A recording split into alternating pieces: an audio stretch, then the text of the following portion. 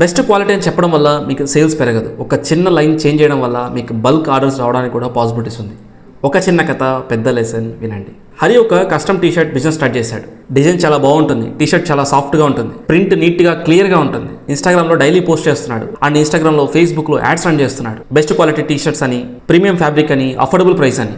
Likes వస్తున్నాయి, comments వస్తున్నాయి, తన వీడియోస్ చూసి ఫ్రెండ్స్ కూడా పొగుడుతున్నారు. కానీ బల్క్ ఆర్డర్స్ రావట్లేదు. ఒక రోజు ఒక కాలేజ్ ఈవెంట్ ఆర్గనైజర్ కాల్ చేశాడు. తను అడిగిన ఫస్ట్ క్వశ్చన్ ఏంటంటే హరిని, మీరు ఎంత ఫాస్ట్ డెలివరీ ఇస్తారు అన్నట్టుగా అడిగాడు అనమాట.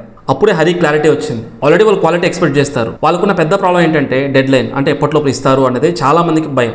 అప్పుడే హరి తన వీడియోలో కానీ యాడ్స్లో కానీ ఒక లైన్ చేంజ్ చేశాడు. దానికి ముందు వీడియోలో ప్రీమియం టీ షర్ట్స్ అన్నట్టుగా పెట్టేవాడు. ఇప్పుడు న్యూ లైన్, కాలేజ్ ఈవెంట్స్ కోసం 72 అవర్స్లో కస్టమ్ టీ షర్ట్స్ని డెలివరీ చేస్తామని, లేట్ అయితే డిస్కౌంట్ అని. మెసేజ్ సింపుల్ అండ్ క్లియర్ అనమాట. రిజల్ట్ ఏంటంటే విత్ ఇన్ ఫ్యూ వీక్స్లో తనకి కాలేజెస్ నుండి ఆర్డర్స్ రావడం స్టార్ట్ అయింది. చిన్న చిన్న కంపెనీస్ నుండి బల్క్ ఆర్డర్స్ రావడము స్టార్ట్ అయింది.